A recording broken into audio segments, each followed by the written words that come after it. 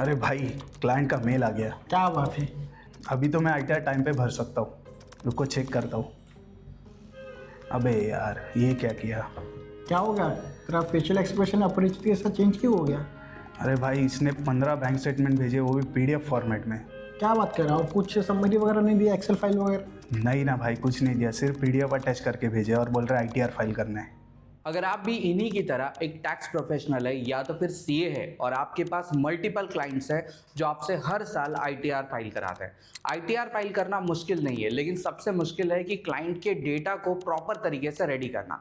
अगर ऐसा आपके साथ भी होता है कि आपके क्लाइंट भी आपको पीडीएफ में अपने बैंक स्टेटमेंट भेज रहे हैं और बोल रहे हैं कि आईटीआर फाइल करो, अब ये बहुत मेसी काम हो जाता है, क्योंकि बैंक स्टेटमेंट से एक एक ट्रांजैक्शन को आपको टैली में रिकॉर्ड करना है और फिर उसके बाद में उसके ऊपर वर्किंग करना है।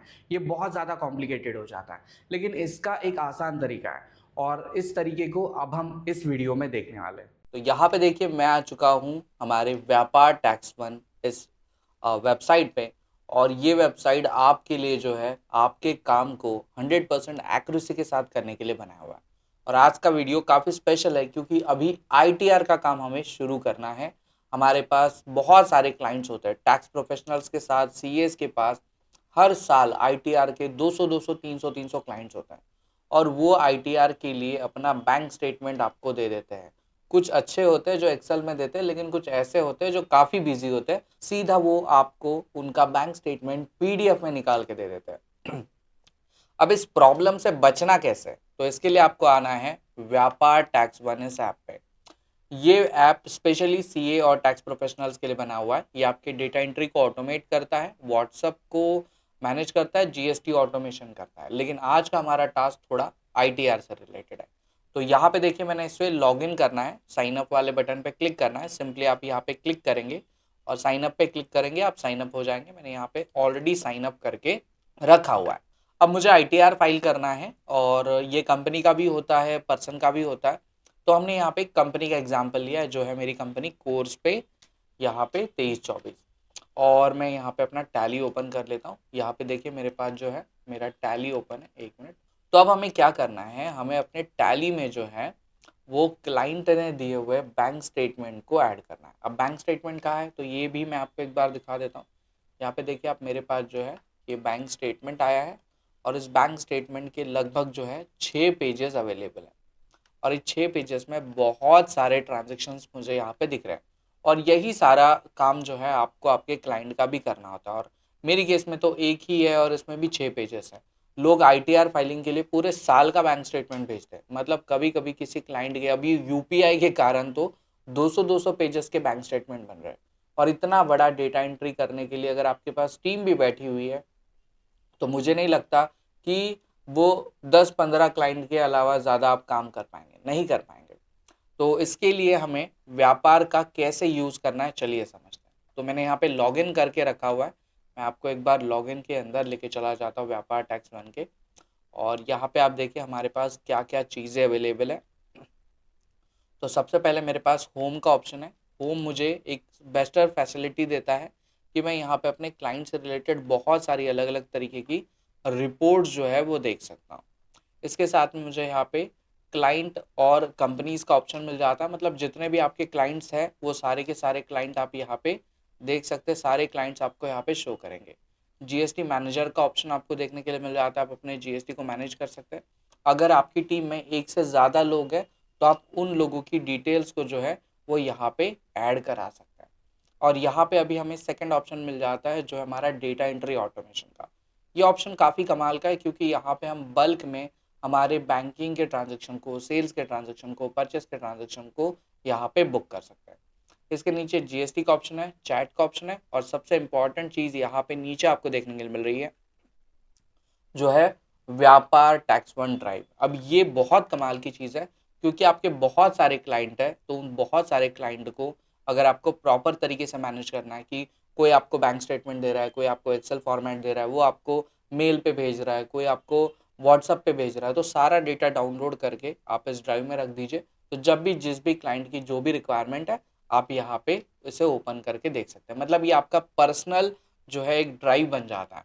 जैसे गूगल ड्राइव होता है ना, तो वैसे ही आपके पर्टिकुलर क्लाइंट के लिए ड्राइव बन जाएगा। अब ये व्यापार टैक्स वन काम कैसे करता है, तो इसे काम करने के लिए यहाँ पे देखिए आपको हेल्प एंड रिसोर्सेज का एक ऑप्शन देखने के लिए मिल जाता है। आप यहाँ पे आइए, सिंपली क्लिक करिए। यहाँ पे हमारे पास जो है हेल्प का ऑप्शन मिल जाता है, वीडियो ट्यूटोरियल मिल जाते हैं, और यहाँ पे हमें जो एक फीचर देखने के लिए मिल रहा है जो हमारा डाउनलोडर। अब ये टैली कनेक्टर है, मतलब ये कनेक्टर आपके टैली में डेटा एंट्री पुल होने के लिए हेल्प करता है। अब ये दिखता कैसे है, तो मैंने यहाँ पे ओपन करके रखा हुआ है, मैं आपको एक बार दिखाता हूँ। यहाँ पे आप देख सकते हैं हमारे पास जो हमारी स्क्रीन पे अवेलेबल है। अब मेरी जो कंपनी है, जो कोर्सपे नाम की कंपनी, वो मैंने यहाँ पे कनेक्ट करके रखी हुई है। बाकी सारी भी कंपनीज मुझे यहाँ पे दिख रही है। तो जैसे आप इसे डाउनलोड करेंगे, लॉगिन करेंगे, आपके पास कुछ इस तरीके का ये आइकॉन आ जाएगा। अब ये काम कैसे करेगा, चलिए इसको भी समझते हैं। तो यहाँ पे मैं आ जाता हूँ मेरे डेटा एंट्री वाले ऑप्शन पे।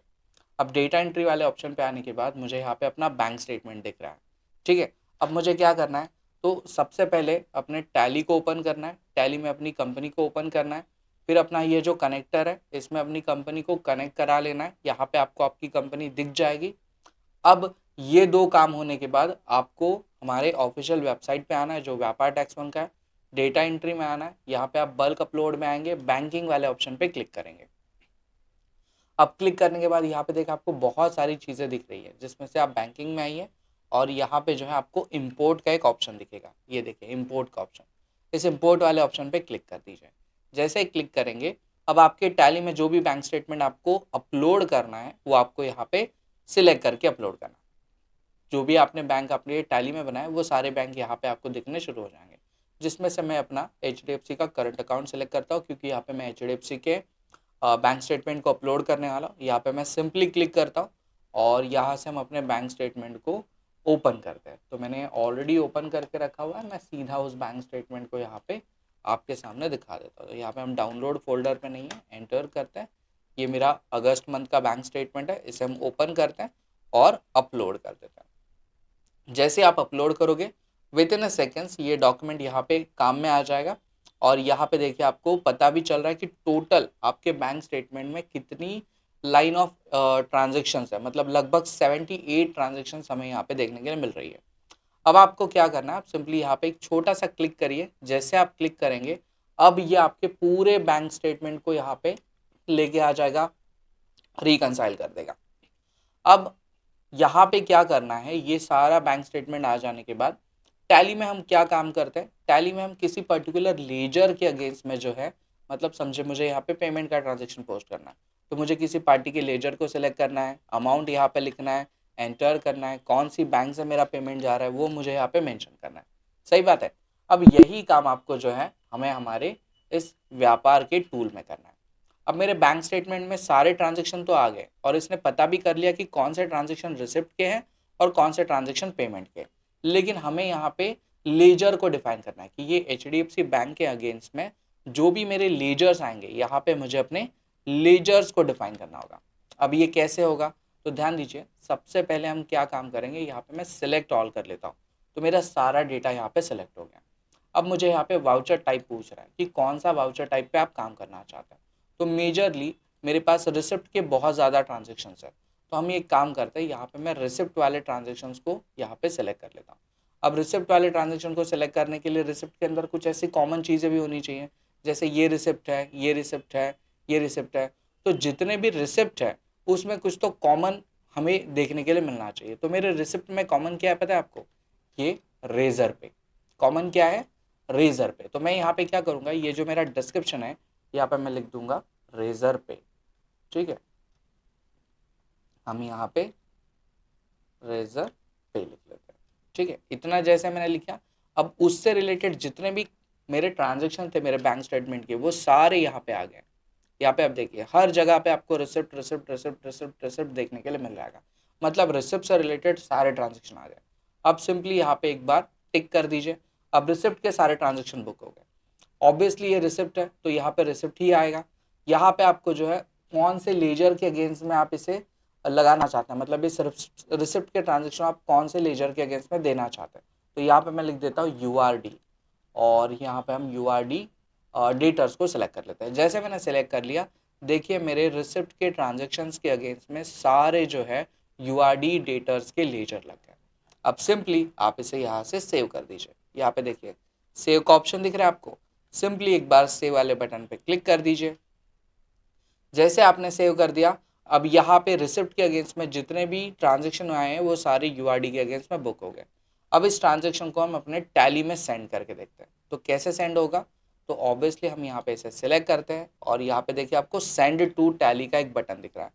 इस सेंड टू टैली वाले बटन पे जैसे ही आप क्लिक करेंगे हमारे पास एक मैसेज आ जाएगा कि आप इन ट्रांजेक्शन्स को टैली में बुक करना चाहते हैं क्या। तो ऑब्वियसली हम बुक करना चाहते हैं। जैसे मैं यहाँ पे ओके वाले बटन पे क्लिक करूँगा, अब मेरे सामने जो मैंने आपको टैली का ये कनेक्टर दिखाया था ये काम करना शुरू कर देगा और लगभग 46 ट्रांजेक्शन जो है वो मेरे अभी रिसिप्ट के ट्रांजेक्शन जो है वो टैली में बुक होना स्टार्ट हो जाएंगे।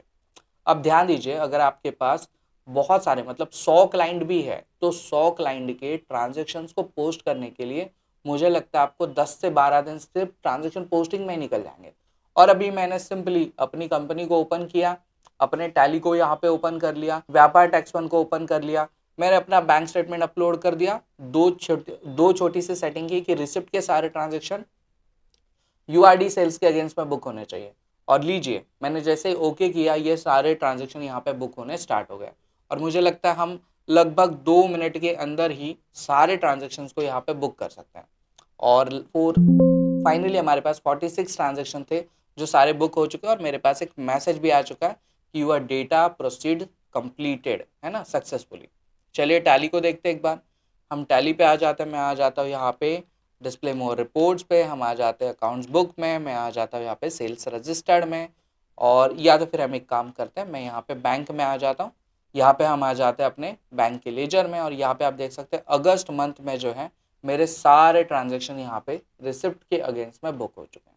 तो ये जो टूल है हमारा व्यापार टैक्स वन, ये जो टूल है ये काफ़ी कमाल का टूल है और इस टूल की मदद से आपका जो काम है दोस्तों ऑटोमेट हो जाता है। आप सोचिए ना, इतना ही काम करने के लिए हमें कितना ज़्यादा टाइम लग जाता, लेकिन हमने बस छोटे से कुछ कॉन्फ़िगरेशंस की मदद से अपने काम को ऑटोमेट कर देखा आपने। व्यापार टैक्स वन एक ऐसा पावरफुल एआई टूल है जो आपको आईटीआर फाइलिंग में हेल्प करने वाला है।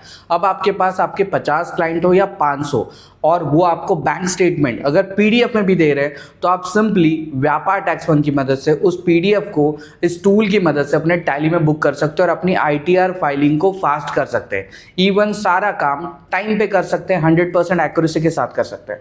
सो अगर आप भी अपने काम को ऑटोमेट करना चाहते हैं, 100% एक्यूरेसी के साथ में करना चाहते हैं तो नीचे मैंने लिंक दे के रखा है, 7 डेज का ट्रायल भी अवेलेबल है। फटाफट जाइए और अपने काम को ऑटोमेट करिए।